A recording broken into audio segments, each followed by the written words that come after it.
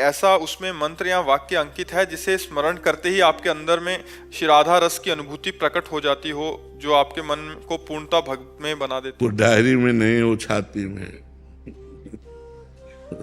वो गुरु जी ने यहाँ दी है, वो डायरी में नहीं लिखी जाती। डायरी में तो वो बातें लिखी जाती है जो बाहर से मिलती है। जो गुरु जी ने दिया है, जिस जो बात आप कह रहे हैं, राधा रस की अनुभूति, वो यहाँ छाती में लिखा हुआ, वो डायरी में नहीं लिखा है, वो छाती। ऐसी चीजें डायरी में नहीं लिखी जाती, कोई भी पढ़ सकता है, कभी भी पढ़ सकता है, वो छाती में लिखी जाती है। गुरु के मुख से जो निकला अमृत, वही प्रेमामृत को प्रवाहित करता है, तो उसे कान के द्वारा हृदय में ले जाकर और संपूर्ण नस नाड़ियों में व्याप्त कर दे। निरंतर उसका सुमिरन करे तो राधा रस की प्राप्ति हो जाएगी। गुरु प्रदत्त मंत्र के द्वारा होती, गुरु वाणी से होती है। सजल सरकार जी, नवदीप से। राधे राधे महाराज जी। महाराज जी, तृणादपि सुनिचेन तरोरपि सहिष्णुना अमानिनान मानदेन कीर्तना सदा हरि। महाराज जी, इस अर्थ समझना चाह रहे हैं आप? हाँ, तृणादपि सुनीचेन, सुनीचेन, तृणादपि, तृण से भी अपने को नीच समझना चाहिए। भक्ति मार्ग में मनुष्यों से तो बात जाने दो, तृण से भी अपने को नीच समझना चाहिए। तृण में भी है कि पैर रख दो तो दब जाएगा, और हटा दो तो उठ जाएगा। हमको उससे भी नीचा बनना है कि अगर हमें दबा दे तो हम दबे ही रहे। अपने को सबसे छोटा, सृष्टि में बीच वाला फंसता है, या तो सबसे बड़ा बनो। तो सबसे बड़े कौन है? ब्रह्म। या तो अहम ब्रह्मास्मि ज्ञान मार्ग में आओ, सबसे बड़े, सब इतने बड़े बनो कि पूरी सृष्टि को अपने में समेट लो, पूरी सृष्टि को अपने मैं में स्थित कर लो। मैं ही पूरी सृष्टि बना हुआ हूं। तो ये ज्ञान मार्ग का हो गया। और या इतने छोटे बनो कि सबसे छोटे बन जाओ, तो भी माया से मुक्त हो सकते हो। नहीं, जो बीच वाला है ये माया के बंधन में ही बंधता है। तो तृणादपि सुनीचेन, अपने को तृण से भी नीच समझे।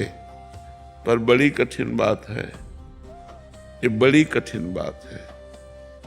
तृण से भी अपने को नीच समझना है, बहुत कठिन बात है, बहुत कठिन बात है। जैसे कोई प्रवचन में अपने को कहते हैं हम लोग कि हम बड़े अधम हैं, बड़े नीच हैं, पर भगवान की कृपा है, हम लोग भी कहते हैं।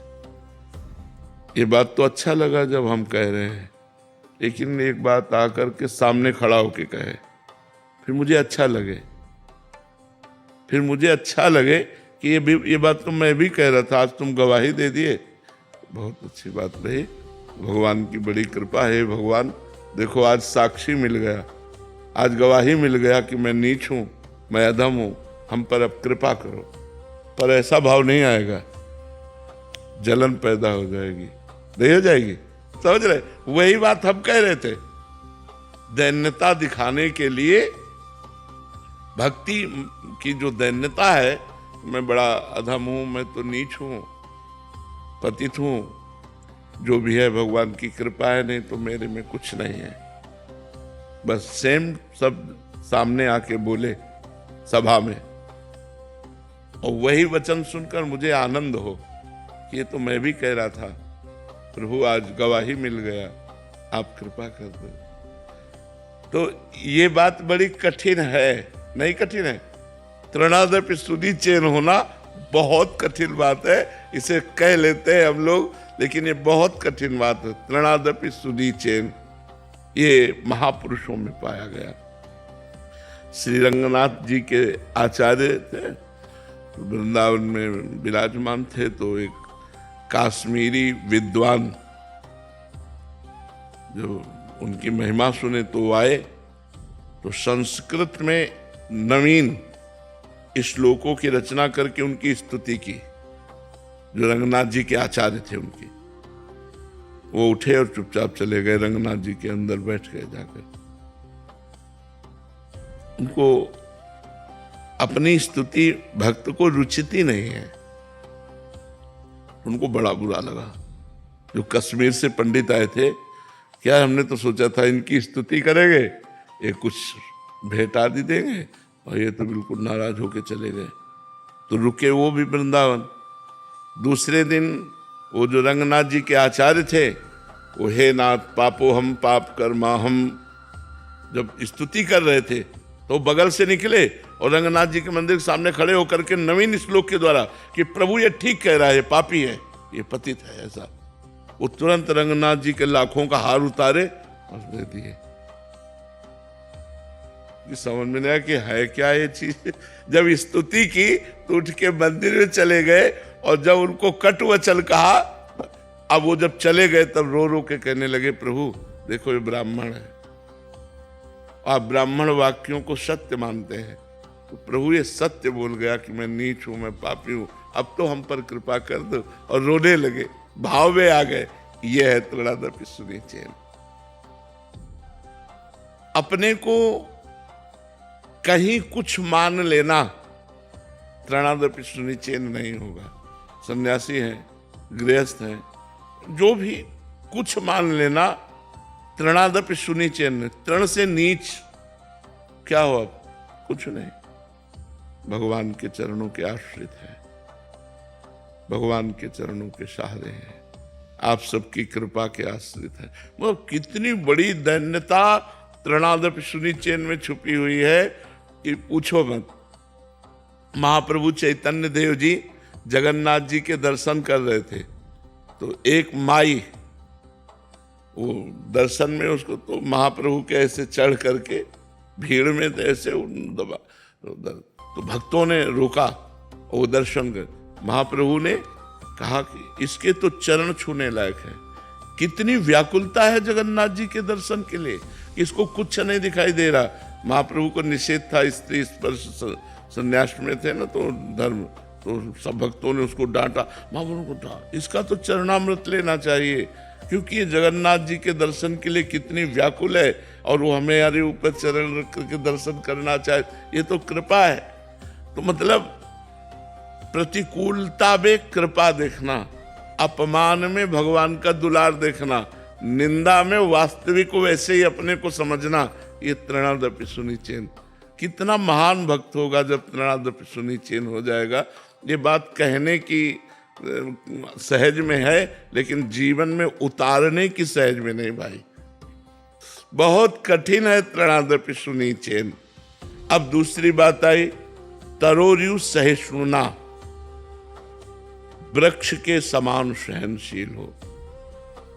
जैसे वृक्ष है, उसको आप ईंट मारो तो आपको कुछ देगा, छाल, पत्ता, पुष्प, छाया, वो आपको कहीं दंड नहीं देगा। आप वहां जाओगे वृक्ष के पास तो देगा ही देगा, हरा भरा दर्शन देगा, छाया देगा, पत्र पुष्प फल आदि जो है, आप ईंट प्रहार करो तो भी कुछ देगा, आपको दंड नहीं देगा। ऐसे संत, यदि आप गाली दो, प्रहार करो, अपमान करो, तो आपका मंगल करेगा। देखो, इसके मूर्तिमान उदाहरण है ठाकुर हरिदास जी, जो चैतन्य महाप्रभु के परिकर में थे, कि भगवान नाम लेने के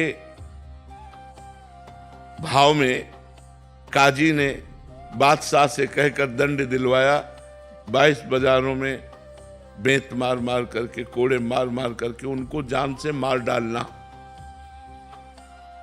मारा, मारते बेत खून की फवारे निकलती, उसी पर फिर मारते, और ये बोलते हरि बोल, जो ही बेंत लगता बोलते हरि बोल, तो वो कहते हरि बोल कहता है, तो मुस्कुरा देते, अब तुम्हारा भी कल्याण हो जाएगा, क्योंकि तुमने 2 बार हरि बोल बोला।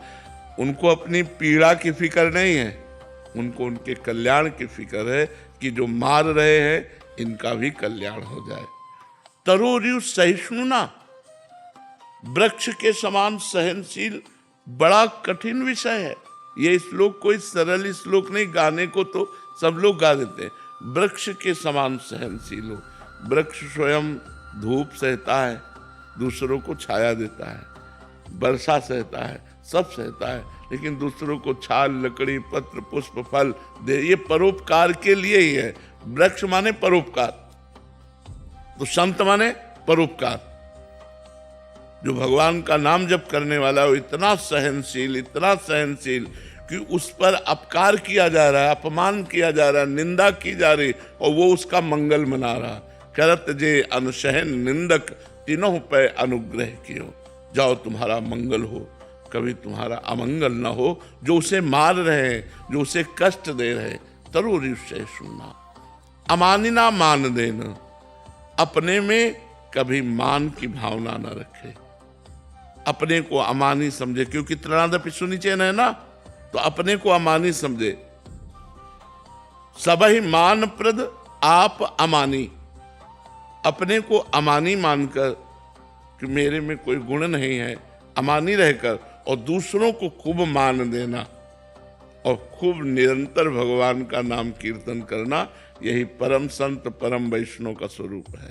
त्रणादपि सुनीचेन तरोर्यु सहिष्णुना, अमानिना मान देन, कीर्तनीया सदा हरि। रात दिन सदा हरि का कीर्तन जो करते हैं और तृण से भी नीच अपने को मानते हैं और वृक्ष के समान सहनशील हैं, स्वयं अमानी रहकर दूसरों को मान देते हैं, ऐसे वैष्णव के चरणों में कोटि कोटि प्रणाम है।